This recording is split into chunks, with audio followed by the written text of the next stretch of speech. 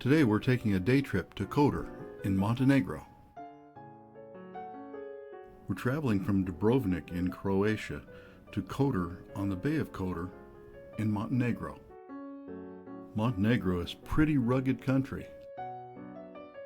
It's known as a place where bandits, revolutionaries, and refugees can hide.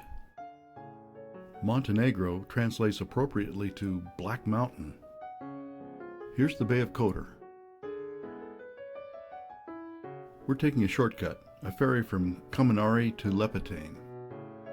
We're crossing the narrowest part of the bay.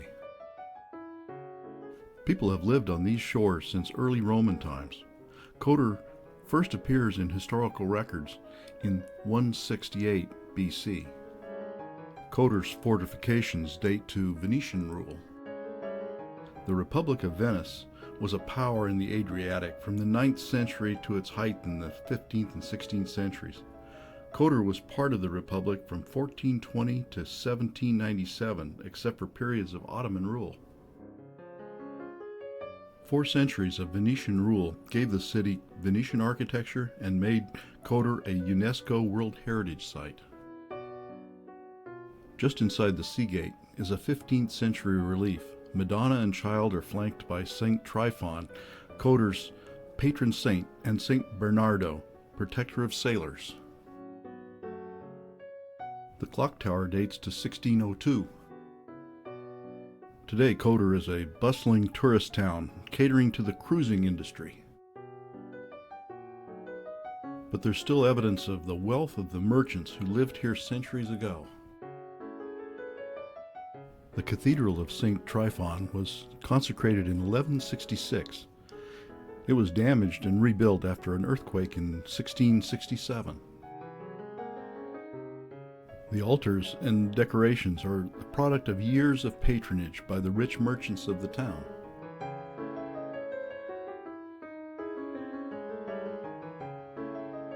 Behind this screen are the relics of St. Tryphon, who, besides being the protector saint of Kotor, is the patron saint of gardeners. The cathedral also has a museum with a curious collection of reliquaries.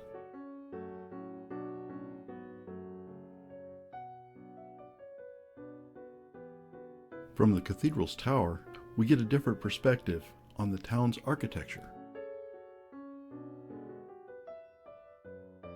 Next stop is the Maritime Museum. This relief map shows why Kotor was so valuable as an easily defended yet protected harbor. The collection spans from Roman times to World War II, with emphasis on the 18th and 19th century.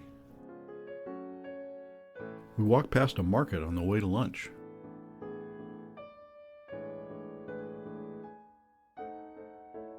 We're outside Kotor's walls now.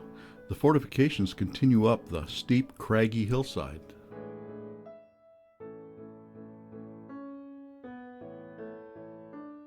From the restaurant, we have a panoramic view of Kotor Harbor, the walled city, and a large cruise ship.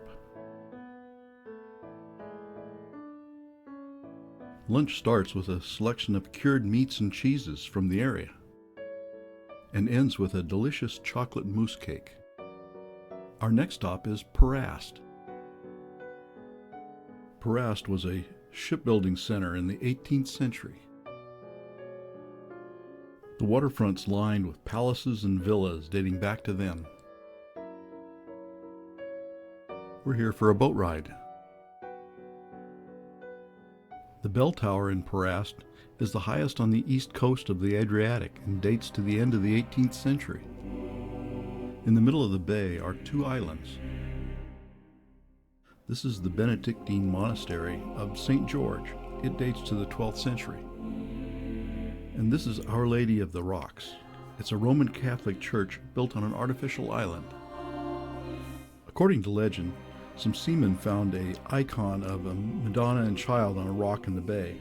Then, after returning from each successful voyage, they would add rocks to the reef. In 1632, the present church was built.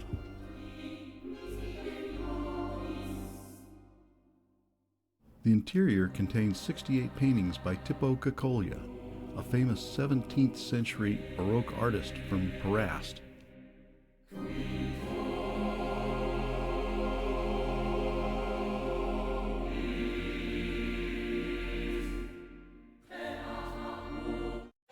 Our last stop in Montenegro is a restaurant outside of Morinja for refreshments. The restaurant was built on the site of an old mill, which made for some fun photography.